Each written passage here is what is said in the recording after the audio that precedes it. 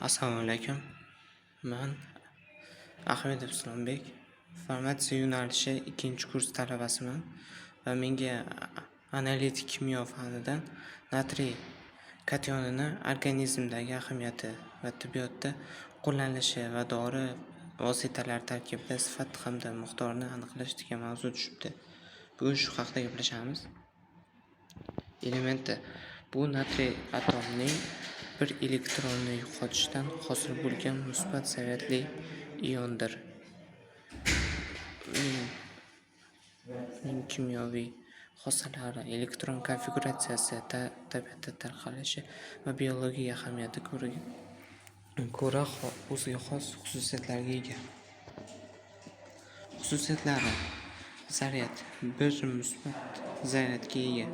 Elektron konfiguratsiyasi: natriy atomi ana shu orbitalar birinchi orbitasidagi elektronni yo'qotib, natriy kationini hosil qiladi.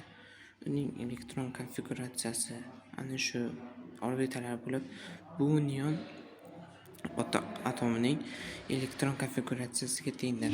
Reaktivlik: natriy kationi juda barqaror, chunki u to'liq tugatilgan tashqi elektron muqobiqqa ega. Shuning uchun u deyarli reaksiyalarga kirishmaydi. Kationi: natriy kationi organizmdagi suv muvozanati, nerv impulslarining o'tishi, mushaklarning qisqarishi va qon bosimini me'yorlashtirishda muhim rol o'ynaydi.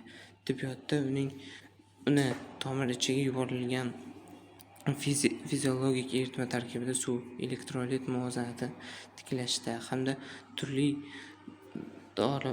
davolash muolajalarida qo'llaniladi.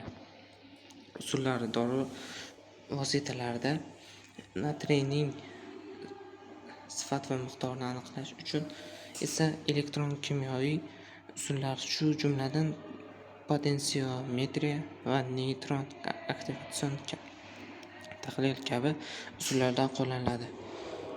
Organizmdagi ahamiyati: suv elektrolit muvozanati natriy hujayralararo suyuqlikning asosiy kationidir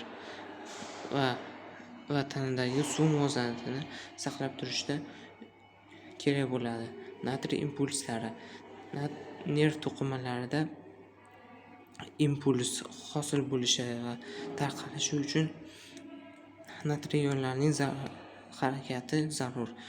Mushaklarning qisqarishi: bunda mushaklarning qisqarishi va bo'shanishida jarayonda natriy ionlari ishtirok etadi. Qon bosimi: natriyning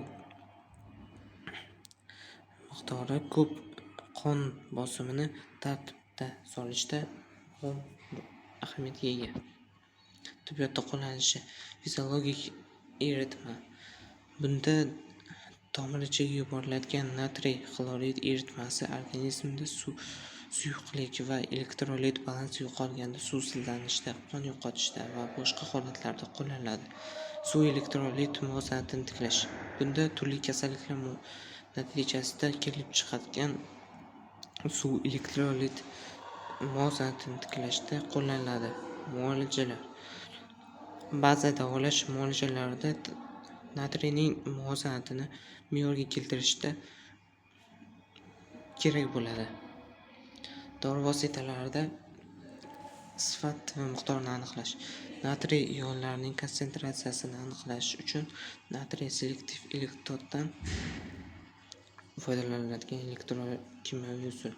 Bu usul juda tez va oson boradi. Atom absorpsion spektroskopiya: dori vositalari tarkibidagi natriyning miqdori xos. Bo'ling tez. Davom etamiz. E'tibor bermaymiz. Yuqori aniqlikka ega bo'lgan usul bo'lib, dori vositalaridagi natriyning miqdorini aniqlashda keng qo'llaniladi. Bunga to'xtalib o'tirmaymiz. Chunki bu narsa boya aytib ketganimizdek turli xil mo'jizalarda kerak bo'ladi. E'tiborlaringiz uchun kattakon rahmat.